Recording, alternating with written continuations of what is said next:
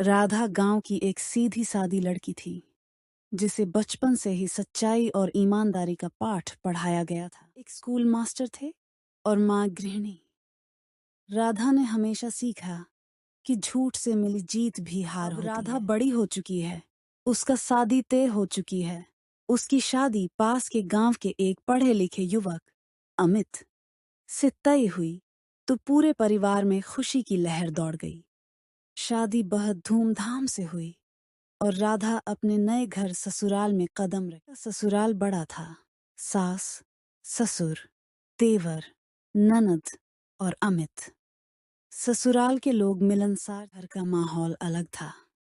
यहाँ रिश्तों में मिठास तो थी, पर पैसों और जमीन के मामलों में कई बार झगड़े होते थे। घर की मालकिन थी और ससुर गांव के प्रधान रह चुके थे। उनका नाम था, लेकिन कुछ लोग उनके खिलाफ थे क्योंकि प्रधान रहते समय जमीन के कागजात में गड़बड़ के आरोप लगे थे।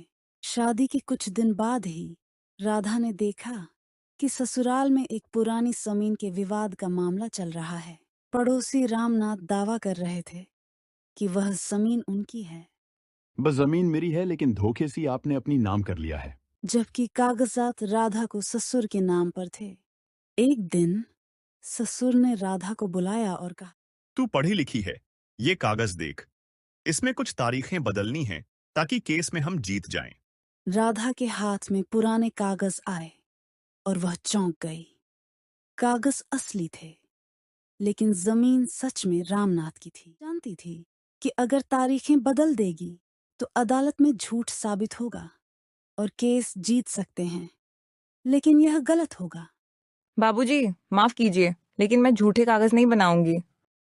ससुर गुस्से में आ गए। तू है या दुश्मन, घर की इज्जत दांव पर है और तू हमें नीचा दिखाएगी। राधा का यह फैसला पूरे घर में तूफान बनकर फैल गया। सास ने ताना मारा। हमारे घर में आई है और हमें ही कानून सिखा रही है। देवर ने कहा, भाभी, कभी कभी झूठ बोलना भी घर के लिए अच्छा होता है। लेकिन राधा अड़ी रही। सच चाहे कड़वा हो, पर झूठ से घर का सम्मान नहीं बचता, उल्टा गिरता है। शुरुआत में अमित भी नाराज था, लेकिन धीरे धीरे उसने महसूस किया कि राधा सही कह रही है। एक रात उसने राधा से कहा, शायद मैंने तुझको गलत समझा था राधा। सच में तू सही है, मैं तेरे साथ हूं। यह सुनकर राधा की आंखों में आंसू आ गए। अब वह अकेली नहीं थी। केस का फैसला नजदीक था। गांव में पंचायत बैठी। सबके सामने रामनाथ ने कहा, प्रधान जी, आप जानते हैं कि जमीन मेरी है, लेकिन आपके पास कागज है। अगर चाहें तो ले सकते हैं, पर इंसाफ यही है कि जमीन मुझे मिले। सारे गांव वाले चुप थे। तभी राधा उठी। मैं ससुराल की बहू हूँ, लेकिन इस गांव की बेटी भी हूँ। मेरे हाथ में कागज आए थे, मैं बदल सकती थी, लेकिन मैंने नहीं बदले। सच ये है कि ये जमीन रामनाथ जी की है। गांव में खुसफुसाहट होने लगी। ससुर का चेहरा उतर गया, लेकिन राधा आगे बोली, इज्जत जीतने से नहीं, सच बोलने से मिलती है। शुरुआत में ससुर गुस्से से भर गए, लेकिन जब पंचायत ने उनकी ईमानदारी की सराहना की और गांव के लोग उनके पास आकर बोले, तो उनका दिल बदल गया। उन्होंने पंचायत में कहा, आज मेरी बहू ने मुझे सिखाया कि प्रधान होना सिर्फ ताकत का नाम नहीं, बल्कि सच्चाई का नाम है। इसके बाद घर का माहौल बदल गया।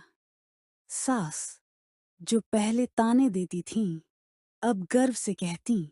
मेरी बहू तो हमारे घर की लक्ष्मी है। देवर भी हंसकर कहता। भाभी, अब तो आप हमारे घर की वकील बन गई हैं। अमित ने राधा से कहा तूने सिर्फ जमीन नहीं, हमारा सम्मान भी बचाया है। कि ईमानदारी ने न सिर्फ एक जमीन का विवाद खत्म किया, बल्कि पूरे परिवार और गांव को सिखाया कि सच बोलना मुश्किल है, लेकिन उसका फल हमेशा मीठा होता है।